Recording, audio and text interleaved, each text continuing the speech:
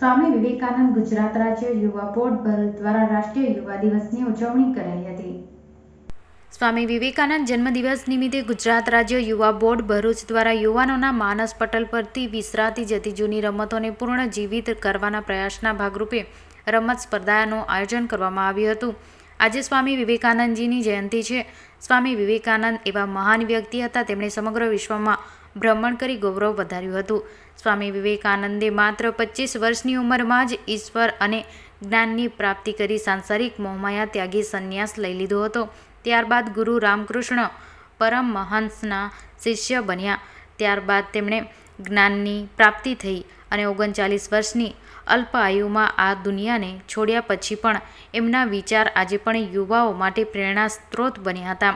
દર વર્ષ 12 જાન્યુઆરીએ સ્વામી વિવેકાનંદજીના જન્મદિવસે ભારતમાં રાષ્ટ્રીય યુવા દિવસ ઉજવવામાં આવે છે, જેના ભાગરૂપે આજરોજ ભરૂચની જેપી કોલેજ ગ્રાઉન્ડ ખાતે ગુજરાત રાજ્ય યુવા બોર્ડ ભરૂચ દ્વારા બાળપણમાં રમાતી રમતો જેમ કે રસાખેંચ, લીંબુ ચમચી સહિતની રમતો વિદ્યાર્થીઓને રમાડવામાં આવી હતી।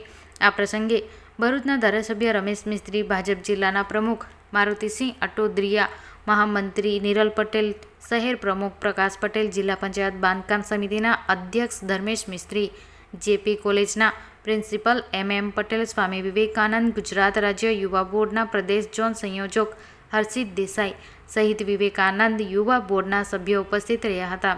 આ પ્રસંગે ધારાસભ્ય રમેશ મિસ્ત્રીએ જણાવ્યું હતું કે સ્વામી વિવેકાનંદ પોતાના એક વક્તવ્યમાં જણાવ્યું હતું કે આવનાર વર્ષમાં ભારત વિશ્વનું નેતૃત્વ કરશે। આજે સ્વામી વિવેકાનંદના વિચારો સાકાર થવા તરફ તેજ ગતિએ દેશ આગળ વધી રહ્યું છે। આજે સ્વામી વિવેકાનંદ જન્મજયંતિ છે, રાષ્ટ્રીય યુવા દિવસ છે। વિવેકાનંદ યુવક બોર્ડ દ્વારા આજે જૂની આપણી દેશી રમતોને ફરીથી યાદ વિદ્યાર્થીઓને આવે એ પ્રકારે એની સ્પર્ધાનું આયોજન કરવામાં આવ્યું છે। ખૂબ મોટી સંખ્યામાં વિદ્યાર્થી ભાઈઓ બહેનોએ ભાગ લીધો છે। આજના દિવસે સ્વામી વિવેકાનંદ જેમણે સમગ્ર દેશમાં અને વિદેશમાં પણ ભારતીય સંસ્કૃતિના પ્રચાર પ્રસાર માટે અને વિશેષ કરીને યુવકોને સાથે રાખીને દેશને મજબૂત કરવા માટે એમણે ખૂબ વ્યાપક પ્રયાસો કર્યા છે।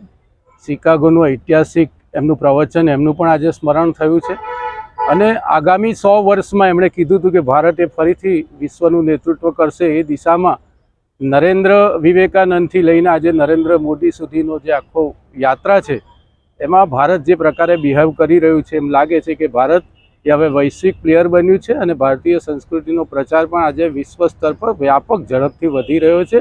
એનું પણ વિચારોનું આદાન પ્રદાન આજે વિદ્યાર્થીઓ સાથે કરવામાં આવ્યું છે।